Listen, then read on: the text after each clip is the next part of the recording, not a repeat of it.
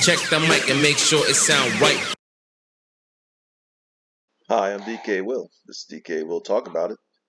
In my prior video, I started on the Hinman speech, and let's pick up where we left off. I can see that I'm going to go downstairs because as soon as I started talking, Bogey woke up and started squawking. So let's get her started.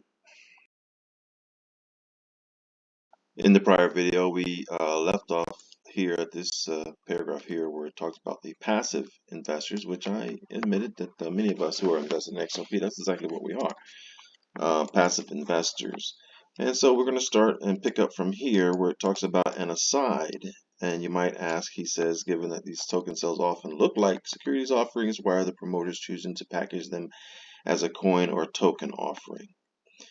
Okay, my thoughts on that, he's going to speak for the industry. He's going to say why the industry does it.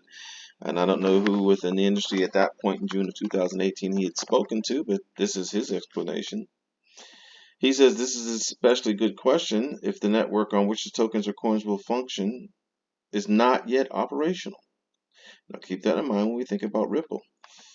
The coin existed before the operation. I think there can be a number of reasons. For a while, some believe that such labeling might by itself remove the transaction from the securities laws. I think people now realize labeling an investment opportunity as a coin or token does not achieve that result. Second, this labeling might have been used to bring some marketing sizzle to the enterprise. That might still work to some extent, but the track record of ICOs is still being sorted out. And some of that sizzle may now be more of a potential warning flare for investors. And that's what they want it to be for us, a warning flare.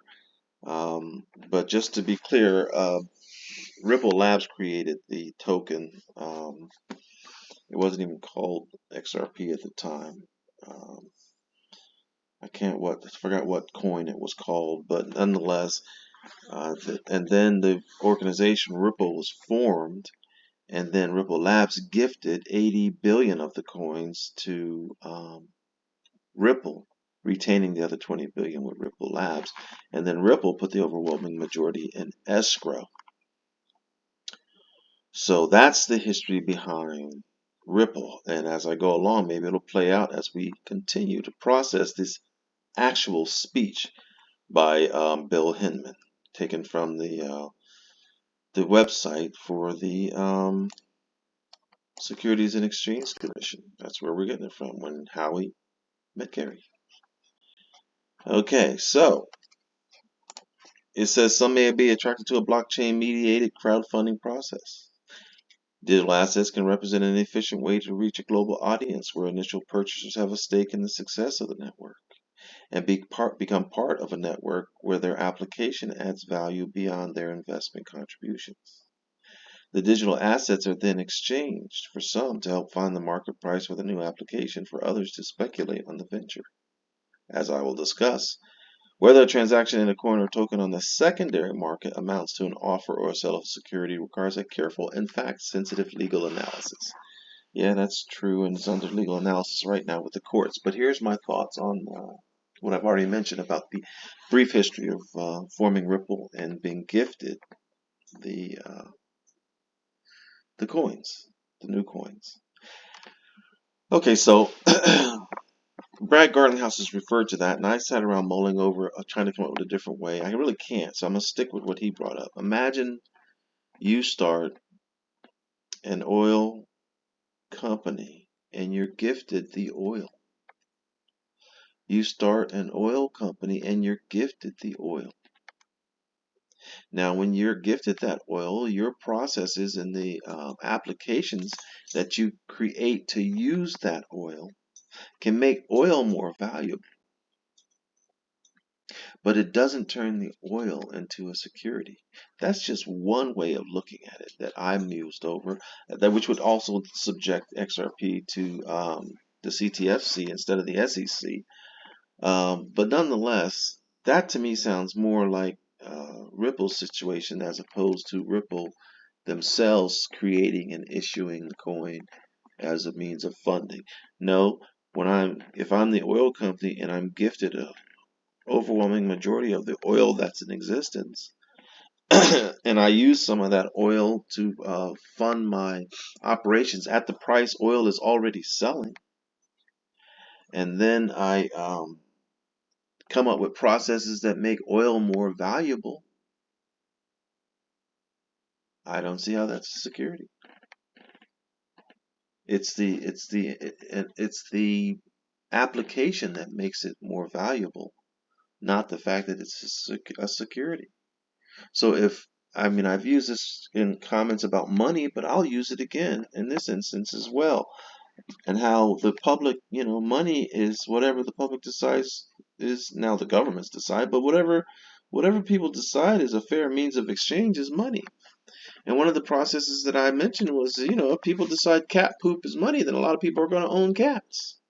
So cat poop that was originally worthless becomes extremely valuable because now people need cat poop as a forms of exchange. So that also applies. Um, Basically, you can pick whatever you want and use it in the scenario if you can find an application for something that had little value. And because of the application, not because of the item, the value increases. That's one way to look at it. Moving on. He goes on to say, the digital assets are then exchanged for some to help find the market price for the new application, for others to speculate on the venture. As I will discuss, whether a transaction in a coin on the secondary market amounts to an offer or a sale of a security requires, I just read that. I believe some industry participants are beginning to realize that in some circumstances it might be easier to start a blockchain-based enterprise in a more conventional way. In other words, conduct the initial funding through a registered and exempt equity or debt offering, and once the network is up and running, distribute or offer blockchain-based tokens or coins to participants who need the functionality of the network the digital asset offers. In other words, get in line and do it the way we old folks have been doing it, and let the SEC rule over you. Power grab. This allows the tokens or coins to be structured and offered in a way where it is evident that purchasers are not making an investment in the development of the enterprise. I don't know if that's actually true. So as this illustration demonstrates, people can barter and exchange whatever they want to use for money. And that's why the SEC and the governments that be want to control money, because if you control the money, you control the people, as that quote there references. But then there becomes the securities. Now, obviously, there's an opportunity to invest in securities for the people, but you notice they want more control over that. Accredited investors to have certain privileges that the retail investor does not. And the retail investor is usually just tossed around by whichever way they want the waves to flow. Most people don't know that, but that's just the truth. But moving on, let's go back to our speech. And that thumbnail too was a thumbnail taken from a much earlier video. Money started talking and the BIS started walking. That's where that comes from. If you want to look back in my history of videos and check it out. Because, see, cryptos are a new form of money that they don't have control over, so they have to get control over it by classifying it somehow. So as I mentioned in the speech here, you can see here, he's returning to the ICOs. He says, I am seeing, strictly speaking, the token or coin or whatever the digital information packet is called, all by itself is not a security. Just as the orange grows in the Howie were not. Central to determining whether a security is being sold is how it is being sold and the reasonable expectations of the purchaser. When someone buys a housing unit to live in, it's probably not a security. But under certain circumstances, the same asset can be offered and sold in a way that causes investors to have a reasonable expectation of profits based on the efforts of others. For example, if the housing is offered with a management contract or other services, it can be a security. Like real estate investment trusts. People invest in real estate through that, looking for a return on their incomes. That's just one manner. Several partnerships and limited partnerships use real estate as a basis for income flow. and obviously they're not primary residences. Moving on.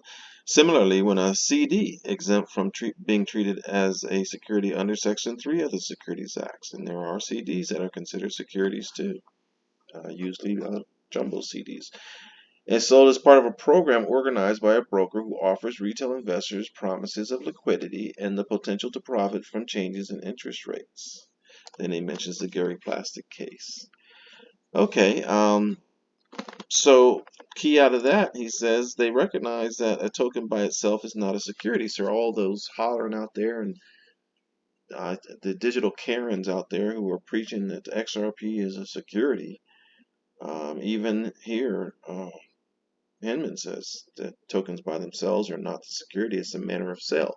We've kind of addressed that too, the fact that Ripple didn't create XRP coin, new coin, whatever it was called at the time. They were gifted it. They were gifted it. So it's pretty tangled web we weave, but we want to see all the clues in the speech. Let's keep going on. It's going to take another video. I can tell you it's going to take another video.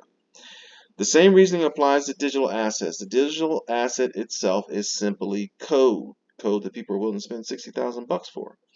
But the way it is sold as part of an investment to non-users by promoters to develop the enterprise can be, and in that context, most often is a security, because it evidences an investment contract, and regulating these transactions as securities transactions makes sense. What makes sense to me is that XRP doesn't fit that description for the many reasons that I've already said. And it doesn't matter if you have 100 XRP or 1,000 XRP or 10,000 XRP or 100,000 XRP or even 1,000,000 XRP. You do not have a stakeholder's interest in the company Ripple. You just don't. Moving on. The impetus of the Securities Act is to remove the information asymmetry between promoters and investors. Remove the information asymmetry. So now they're going to play it like they're looking out for our interests, and they're going to want them to issue prospectuses when they create new companies and everything like that. But really what they're going to do is what Brad Garlinghouse has said, and now others are beginning to say and acknowledge, is that the overwhelming majority of the 25,000 plus cryptocurrencies out there are going to perish. It's really that simple. And it's going to get narrowed down, it's going to get legislated, it is going to get codified, and it is going to have a standard of rules. And for those of us who are invested in the Ripple, if you even reading his own speech, it seems like maybe there's some truth to the fact that he should have mentioned XRP here too, but he arbitrarily left it out. Because by his own speech, I'm seeing where XRP does not fit as a security based on his speech. Even though, you know, they talk out both sides of their mouth. Okay, the impetus of the Securities Act is to remove the information asymmetry. I read that. Okay, and it says, in a public distribution, the Securities Act prescribes the information investors need to make an informed investment decision, and the promoter is liable for material misstatements in the offering materials. These are important safeguards, and they are appropriate for most ICOs. The disclosures required under the federal securities laws nicely complement the Howey investment contract element about the efforts of others. As an investor, the success of the enterprise and the ability to realize a profit on the investment turns on the efforts of the third party. So learning material information about the third party, its background, financing, plans, financial stake, and so forth is a prerequisite to make an informed investment decision. Without a regulatory framework that promotes disclosure of what the third party alone knows of these topics and the risks associated with the venture, investors will be uninformed and are at risks. Now he's talking a lot of things, and he's treating ICOs like initial public offerings. And initial public offerings are companies going public like Ripple plans to do after this case, and offering stock where people do become stakeholders. And as a manner of funding, Ripple had a series of issuance of private equity into the company many times, different series A, B, and C, and all that, to get funding for their business. but they're a private company, and that's excluded from the Securities and Exchange law. But when it becomes to these ICOs, what they're calling the initial coin offerings. They're trying to make it sound like IPOs, which is initial public offerings, and that's for when the company goes public. And when you buy the stock, you actually own a part of the company. And with ICOs, you don't own a part of the company. You don't own anything except the the coin. So there's a little tangled web to unweave right there in trying to determine where digital currencies fall. But if they're successful at this, the Securities and Exchange Commission will garnish full power because they'll make every startup and every coin offering an initial coin offering under the jurisdiction of the SEC, but at the same time, they have to work out how is that going to also transfer ownership, equity ownership, to the buying public. That's the other issue they have to get by, because if that can't be done, you and I, as public retail investors, are not buying a share in the company. We're buying the product that the company uses. That's what we're buying. So that's what I'm getting out of this speech so far. And this is also going a long way. So we're going to have to rush through here, try to bring it to a wrap up, and try to do another one. And it's just, and if you're here, I hope you like, I hope you subscribe. This is just to cover the actual speech. And of course, this is DK will talk about it. Okay? So it's not DK will read about it. So I will read it because that's how we're going to get the information. But also, we have to talk about it. He goes on to say, but this also points the way when a digital asset transaction may no longer represent a security offering. If the network on which the token or coin is to function is sufficiently decentralized, where purchasers would no longer reasonably expect a person or group to carry out essential managerial or entrepreneurial efforts, the assets may not represent an investment contract. Moreover, when the efforts of the third party are no longer a key factor for determining the enterprise's success, material information asymmetries recede. As a network becomes truly decentralized, which the XRP ledger is, the ability to identify an issuer or promoter to make the requisite disclosure becomes difficult and less meaningful. Kind of what I just said. Now we're going to stop there because the next one is going to jump into the Bitcoin and the Ethereum where they got the free pass. But we do know that the XRP ledger is a decentralized democratic ledger, and that Ripple itself doesn't even own a major portion of the nodes. So folks, what I'm seeing and reading this speech, which sounds like he should have threw XRP in there along with Bitcoin and Ethereum, we'll get on to that in the next video, is that XRP is going to come out a winner on this court case, and probably already has come out a winner on this court case. But there's a little confusion here because, as we know, they filed this complaint against Coinbase, and they picked coins that they said are securities. And you have to wonder, what makes those coins that they say are securities any different from the other coins? And I will tell you, folks, what I've learned is the primary difference is that the coins that they identify as being securities in this filing against Coinbase are the coins that actually have a utility and a protocol and center around finance, which makes me wonder why this isn't going under maybe the comptrollers or some other agency's purview rather than the SEC. But they did name and identify several coins, and I will tell you, I'm scrolling to see if I find it before I wrap this video up. But I will tell you absolutely positively my view on those coins they named. If you recall in the beginning when I talked to you about how the elite talk to each other, when Howie met Gary, okay, was a clue to the elite. I think identifying these coins is also a clue. So rather than being afraid of these coins, folks, I say you should probably turn your attention to these digital assets that they have identified as potentially being the ones that have true utility value as being a part of the coming new transition to a new financial system. And so that's the way I see everyone that they named. They talk about crypto asset trading platforms. We'll get in that in the next one as well. We're not going to get into it now. And the only reason I'm doing this is to see if I can find the coins they labeled. I know it's out there in Twitter and everything else. And so rather than belabor the point and beat this to death while I scroll through this 101 page PDF here, what I will say, folks, is when you look at it and when you read about it or you YouTube about it, pay attention to the coins that they mention. There's ADA's mentioned. Looks like we're getting into it, but I'm not going to belabor the point. Pay attention to the coins that they mention. I think AMP was mentioned in there too. Because those DeFi coins and those coins with exchanges and utilities and platforms, I'll go even. He's not going to turn on his friends, and I'll go think with your mind.